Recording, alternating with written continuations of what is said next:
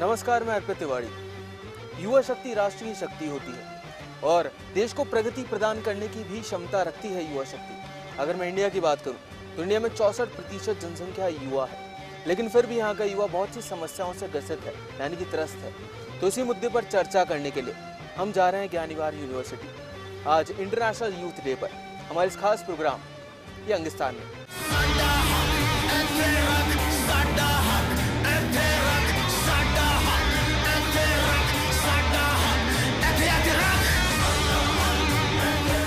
आंखों में उम्मीद के सपने, कुछ कर गुजरने का जोश और नई उम्मीद लिए पूरी दुनिया को अपनी मुट्ठी में समा लेने की ताकत रखने वाले को ही युवा कहा जाता है। और इंडिया में हमारे जो यूथ है उसके पास वो शक्ति है, वो जुनून है, वो ताकत है और वो जज्बा है जिससे वो पूरी दुनिया को अपनी मुट्ठी में समा सकता है, या मैं कहूँ ले सकता है। तो चलिए आइए देखते हैं हमारे युवा को कि क्या बदलाव चाहता है वो, कुछ ग्राफिक्स और स्टैट्स के जरिए।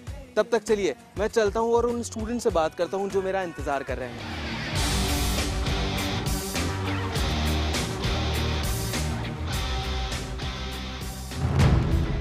हम कितने भाग्यवान हैं कि आज हिंदुस्तान दुनिया का सबसे नौजवान देश है।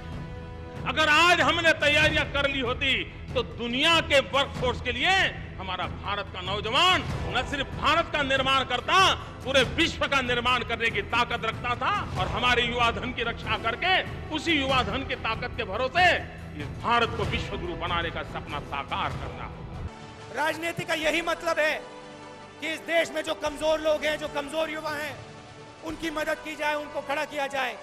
हमारा युवा सिर्फ हिंदुस्तान को नहीं पूरी दुनिया को रास्ता दिखाएगा।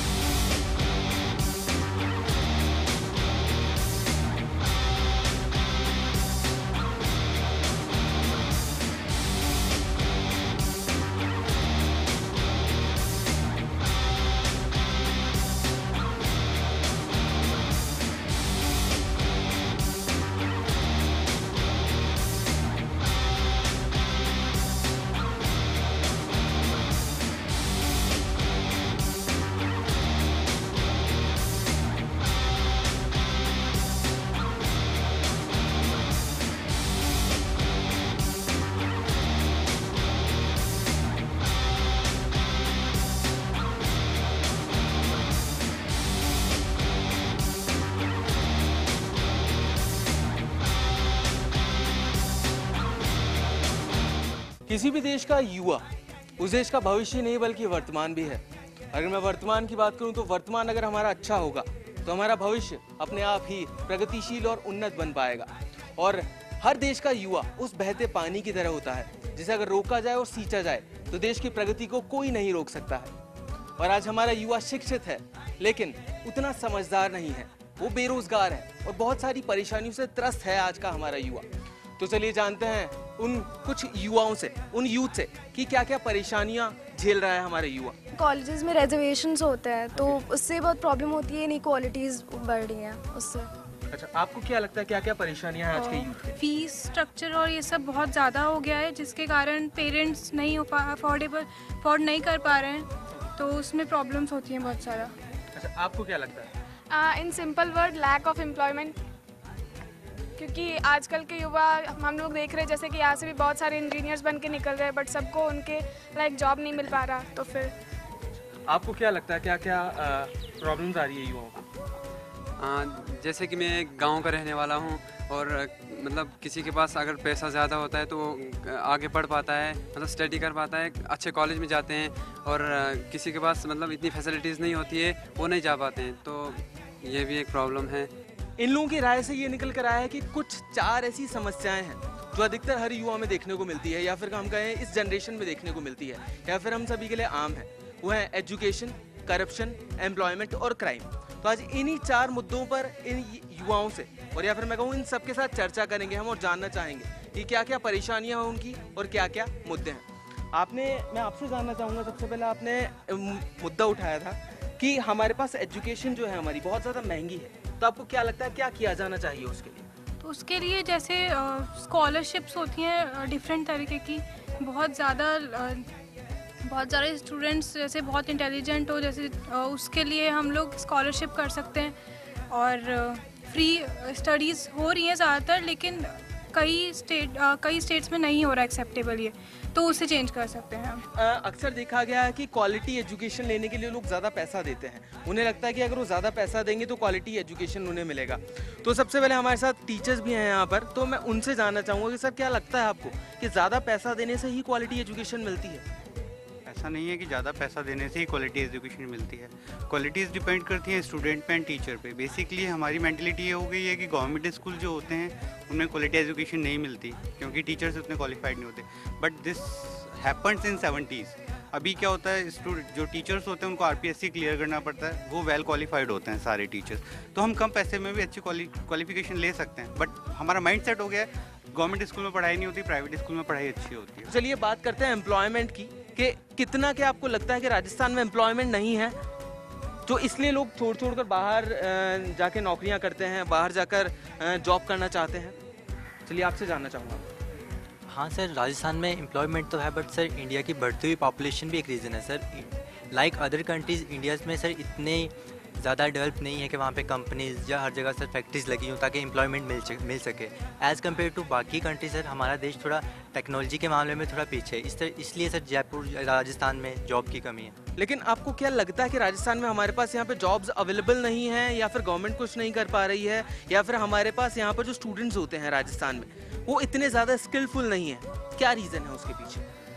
स्किलफुल तो हैं, अब सर कंपनी डिमांड करती है 10 स्टूडेंट्स की, उस पर सर अगर तो गवर्नमेंट जॉब है तो सर रिजर्वेशन होगी पहले, कि जो sir students reservation general categories में आते हैं सर, वो स्टूडेंट चाहे 90% या 95% लेकर आ रहा है, बट सर उसको मौका नहीं मिल पाता कि वो अपना टैलेंट दिखा सके। जो स्टूडेंट सर 75 है, कंपनी गवर्नमेंट जॉब सर उनको मिलती है, ये भी रीज़न है कि सर एम्प्लॉयमेंट में। तो चलिए अब बढ़ते हैं क्राइम की तरफ और क्राइम के बारे में बात करते हैं। द प्रॉब्लम इज यूथ भी एक पार्ट होता है क्राइम का। For example the Vyapam case, in the Vyapam case the students were also a part of the entire scandal.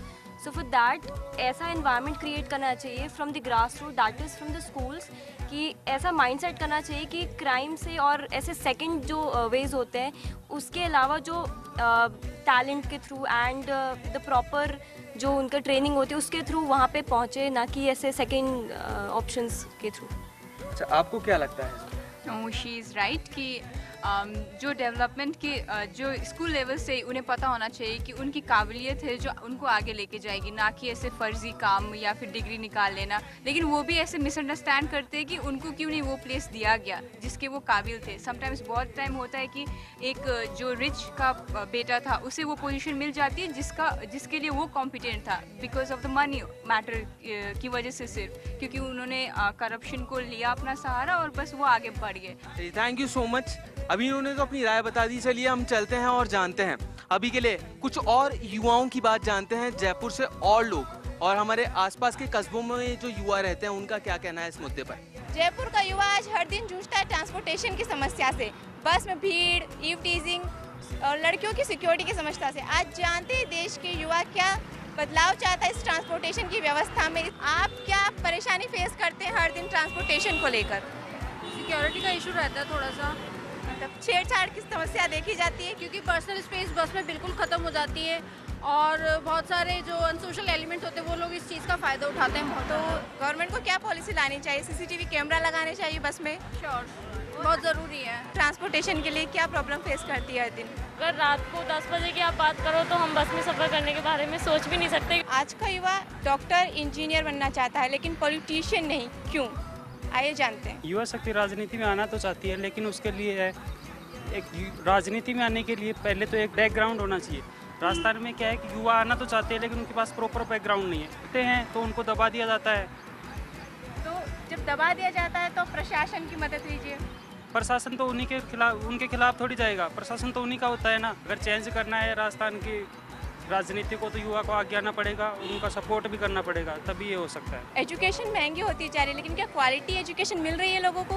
Quality education नहीं मिल रही है। एजुकेशन महंगी होने का मतलब ये नहीं कि क्वालिटी मिल रही है। एजुकेशन महंगी का मतलब ये हो गया है लाइक कंपटीशन बढ़ गया तो इंस्टीट्यूट बहुत ज़्यादा खुल चुके हैं और हर इंस्टीट्यूट अपने आप को करने के लिए महंगा कर रहा है, क्योंकि स्टूडेंट्स को लगता है कि महंगा है तो अच्छा है। बिकॉज गवर्नमेंट इतना नहीं कर पा रही है, फंड्स आ रहे हैं, बीच में करप्शन है, पूरा फंड्स आता नहीं है, दैट्स व्हाई इंफ्रास्ट्रक्चर डेवलपमेंट नहीं है। युवाओं के साथ एक खिलवाड़ हो रहा है, उनको टेक्नोलॉजी के बारे में पता ही नहीं जा रहा कुछ। Basically the problem is all about reservation quota. So government should fix the reservation quota कि what kind of people should be covered into it and what kind of people should be excluded from it. Because most of the time जैसा देखा जाता है कि जो actually में eligible है, they don't get anything because of these things. I want to tell you that women's को self defense भी आना चाहिए। ये नहीं कि अपन किसी पे डिपेंडेंट हैं, गाइस का वो काम है कि वो करेंगे ही, वो उनका कुछ नहीं रोक सकते, अपन कितना रोकेंगे, कितना चेंज लाएंगे। गवर्नमेंट को सेल्फ डिफेंस की ट्रेनिंग देनी चाहिए उन लोगों को। ऑफ कोर्स वुमेंस को मतलब प्रोटेस्ट करना चाहिए, दबके नहीं रहना चाहिए किसी में भी, ये तो उनको बढ़ावा देना होता है। गुजरात आज बहुत अच्छा डेवलप्ड स्टेट है, राजस्थान उसके कंपैरिजन में पीछे है। क्यों? बिकॉज वहाँ पे गर्ल्स जो है वो रात को ही बाहर निकल सकती है। मैं ये कह सकती हूँ कि हाँ, वहाँ पे वुमेंस को ज़्यादा एम्पावरमेंट मिली हुई है, गर्ल्स के लिए काफ़ी मतलब सेफ्टी इशूज़ काफ़ी अच्छे हैं वहाँ पे। विश्वास जो है वो आज का यूथ कितना मानता है कि इस तरीके से खासकर गांव के लोग बहुत मानते हैं। राजस्थान में बहुत ज़्यादा है ये चीज़। आजकल की जो जनरेशन है वो तो डेवलप हो ही रही है, आजकल से गांव के भी लोग जो है राजस्थान में आने लगे हैं और पढ़ाई करते हैं, तो वो गाइड करते हैं अपने पेरेंट्स को, तब जाके वो लोग विश्वास करते हैं उस चीज़ के ऊपर। रोजगार को लेकर आज क्या प्रॉब्लम फेस करता है युवा?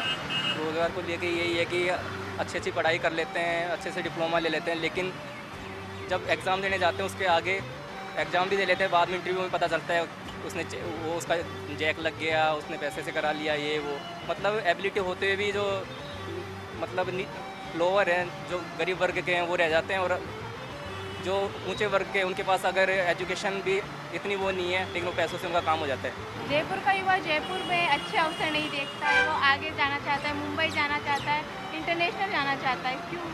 जयपुर में क्या कमी? राजस्थान भी ऐसी कोई बात नहीं है, लेकिन बस ये करप्शन को देखते हुए थोड़ा सा। आज चाइना के पास जो उतनी पॉपुलेशन है जितनी हमारे पास है, चाइना हमसे आगे हर चीज़ में आगे। क्यों? इसमें हम नेशनली युवा क्या सपोर्ट कर सकते हैं? वहाँ का छोटा छोटा बच्चा भी अपनी दिनचर्या में सोचता है कि आज तो मैं एक चीज़ बना के तैयार करूँगा। अब जैसे रक्षाबंधन आ रही है, राखी आएंगी, तो चाइनीज वो धागा चाइनीज आएगा। अब बाहर की चीज़ यहाँ आ रही है, तो अपने यहाँ पे अगर सूती धागा भी प्रयोग करें तो कितना अच्छा है। वहाँ की चाइनीज़ की चीज़ का अगर हम बहिष्कार करें और अपने यहाँ का यूज लें तो कितना डेवलप होगा। एक सोच परिवर्तन की, एक सोच विकास की, एक आशा देश निर्माण की, लेकिन कमी है संसाधनों की। युवा देश के विकास को गति देना चाहता है, लेकिन उसकी ये सोच उड़ान नहीं भर पाती है। वजह बढ़ता करप्शन, शिक्षा का एकीकरण और लड़कियों को आगे नहीं पढ़ाने वाली पुरानी सोच। यदि इस सोच को बदला जाए, गांव के युवाओं को शिक्षा के साथ प्रशिक्षण दिया जाए, उन्हें आगे बढ़ाया जाए, तो राजस्थान विकास करेगा, हमारा देश आगे बढ़ेगा। जरूरत है पिछड़े गांवों को आगे लाने की, उन्हें संसाधन दिलाने की, क्योंकि बढ़ेगा गांव तो बढ़ेगा प्रदेश। लेकिन हमारे देश के प्रधानमंत्री नरेंद्र मोदी की सोच गांव तक क्यों नहीं पहुंच पा रही है? क्यों गांव के युवा परेशानियों से जूझ रहे हैं? जिस दिन से प्रधानमंत्री की सोच गांव में सक्रिय हो जाएगी, उस दिन प्रदेश और देश का विकास संभव होगा, क्योंकि भारत देश की धड़कन उसके गांव है। गाँव में शिक्षा की वर्तमान स्थिति को देखकर लगता है कि वर्तमान में शिक्षा की स्थिति बहुत खराब है।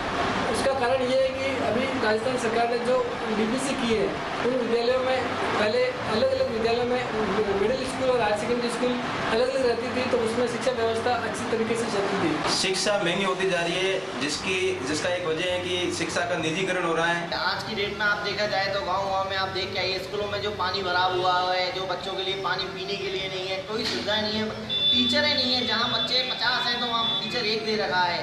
प्रमुख कारण है सरकार की नीतियाँ, क्योंकि सरकार की जो नीतियाँ उनके कारण देश में बेरोजगारी बढ़ रही है।